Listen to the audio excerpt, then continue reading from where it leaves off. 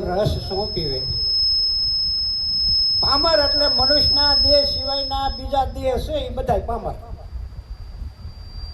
અને પહેલી જ કડીમાં એ વાપરી કાગડાને અને હંસલાને બેયને ઉપમા આપી.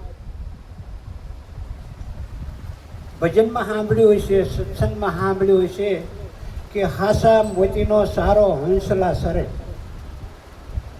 અને જે બગલા હોય એ ડેડકા માછલા સરે. પછી એ હંસલા